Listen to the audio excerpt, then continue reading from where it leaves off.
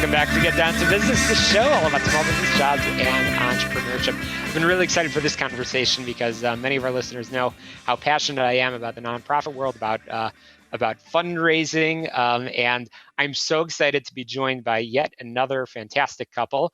That is Sue and Ron Racino from Racino's Fundraising Professionals. I am super excited for this conversation because we're going to talk about the fundraising field and some of their work with the nonprofit space. But first, I want to get to know the people behind the microphone. Sue, I'll start with you. Can you tell our listeners very briefly about yourself? Oh, of course. Well, I have been in fundraising for like 40 years. It's unbelievable. The business has been around for 30. I was in fundraising for 10 years before that. I got this great idea to help small to medium sized nonprofits with their communication plans with their donors. And the rest is history. We started the business and it's gone very, very well. We specialize in helping nonprofits with their annual fund. And if you know anything about fundraising, annual fund is all about what they raise annually, and it's constantly increasing every year. They need more dollars and donors. And so we work with our clients on planning and strategy, data analysis, data mining, copywriting, production, acknowledgement programs, retention programs. We work with all of those types of things with our clients. And now over to your partner in passion, that's Ron right over there. How did you develop your passion for fundraising and nonprofit management? A lot of people I know from being in the space, a lot of people view it as a chore and just a sort of a necessary step. I know that you don't feel that way. I know that you love what you do. So tell our listeners how you developed your passion. Yeah, you know, the thing about it is there's a great need out there for nonprofit organizations to help people. And I think that's where the passion comes from, is that we realize that we're playing a small but significant role in helping nonprofit organizations raise money to help people. That's the end product, the end result of what we do with the annual fund work that we do. So that's what continues to get us up in the morning to go to work, is that we know that homeless shelters, people who need that service are being helped, people at hospital who depend on hospital foundations, educational institutions, students who need scholarships, especially with the pandemic and community college students losing their jobs and having to drop out of school. We're helping all those kinds of people with the work that we do with nonprofit organizations. Well, you feel really good getting up in the morning, and I know that keeps your days and, frankly, your nights busy. Again, I'm chatting with Sue and Ron Racino, who are talking about their background in the fundraising field and their consulting work in working, as you said, with annual funds and many amazing organizations. So I want to talk about this sort of the time that we're in right now, because you can't avoid it. It's unfortunately, I've got to go with that 5-letter word of COVID over here yet again in this conversation. But COVID has certainly shifted a lot of how things, how organizations operate, how our families and philanthropy in general operates. So Sue, over to you. Can you tell us a little bit about some of the trends that you're seeing in this late day as we have this conversation in 2021? Sure.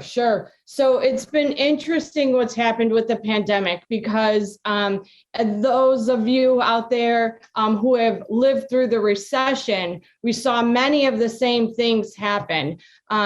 During the pandemic, we had people at home feeling that they just wanted to do something good. So those nonprofits who continued to communicate with their constituency groups raised more money than ever. It was the most beautiful thing I've ever seen. Like they wanted to help. So all the nonprofit had to do was communicate with them, explain what was happening to their organization. Ron mentioned homeless shelters. We work with a homeless shelter in Detroit. Pope Francis Center. Shout out to them because they're a great organization. They've done wonderful things. But imagine what happened with them when they couldn't bring people into the homeless shelter. They couldn't bring them in for food, shelter, showers, things like that. They had to figure out something else to do.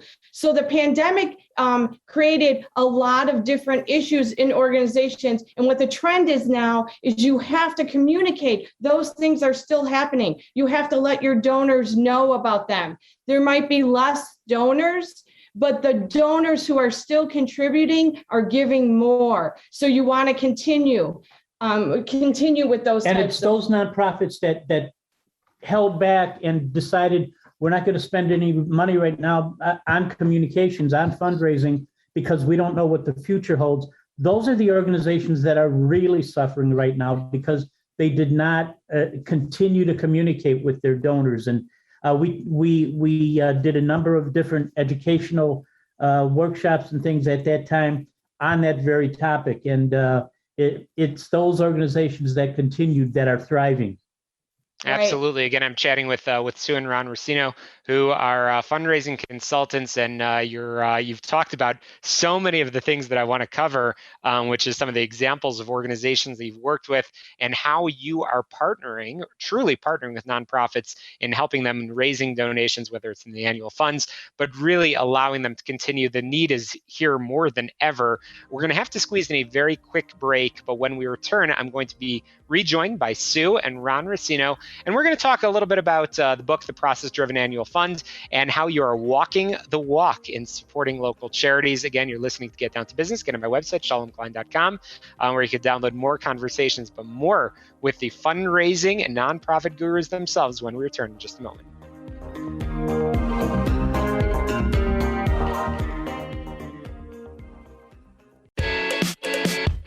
Welcome back to Get Down to Business. I'm having such a fun conversation about something I am so passionate about, and I know that so many of you, our amazing listeners here on Get Down to Business, are passionate about, which is nonprofits and how organizations are supporting local communities. And my two guests over here are really on the front lines. That is Sue and Ron Rossino, talking about their work in the fundraising field and nonprofit management. And we've been chatting about how philanthropy and nonprofits have shifted and evolved in the face of the pandemic.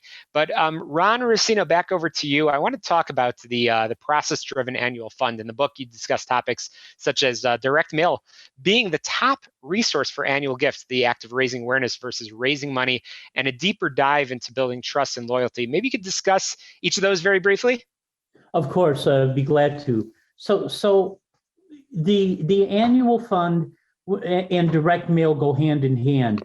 If you get a letter from, for example, the college or university that you went to, or a hospital, and it's asking you for a gift, that is an annual fund appeal, and it's a part of what we call the annual fund, and which is a year-long process where organizations reach out to their different constituents, asking for contributions, for support for whatever the cause is.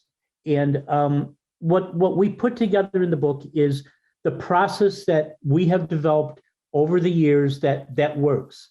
And when organizations follow the process, they raise more money than they have in the past. It's the organizations that try to take a shortcut or skip certain parts of this process that we've developed that suffer, that don't raise as much money as they should. In effect, what they're doing is they're cheating themselves by skipping certain parts of the process. It's the process of communicating with the right people, the right message at the right time, by thanking them properly and retaining them year after year. It's one of the ways that you show that you are being good stewards of their money by talking to donors about the impact of their gifts. And that's, in essence, what the book is all about. That's fantastic, and obviously we'll make sure that people are able to get in touch with you and find a copy of the book. But I would be remiss if I didn't finish this conversation by turning back over to you, Sue, because I know Sue and Ron, both of you are walking the walk by serving local charities in your own community. And I know that's probably the most fun that you can have. So Sue, can you tell us a little bit, I know you've already highlighted an amazing organization in Detroit, but can you tell us a little bit about where else this power couple that you are involved? Oh my gosh.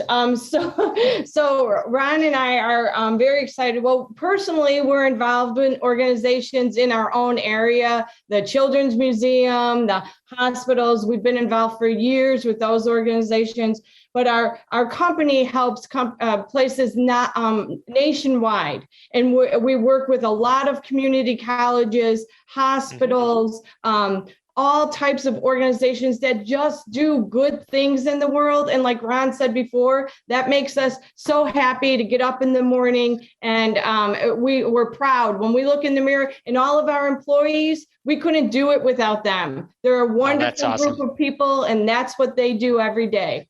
Well, on that note, I want to make sure everybody can get a hold of you, whether it's a nonprofit looking for extra assistance or frankly, just folks that want to learn more about trends in nonprofit and philanthropy. How can people get a hold of the Racinos? So you can go to our website, and that's racinos.com, RESCIGNOS.com, or you can go on Amazon.com and get Ron's book. It's a bestseller, an Amazon bestseller. I love it. It's called The Process Driven Annual Fund. And again, Sue and Ron Racino, thank you so much for sharing your expertise with our listeners. That's a wrap for us here on the show, all about small business, jobs, and entrepreneurship. I'll be back next Sunday with some great content, some great information, some great entrepreneurs. As always, get on my website, shalomklein.com. To success, let's get down to business. Have a great week.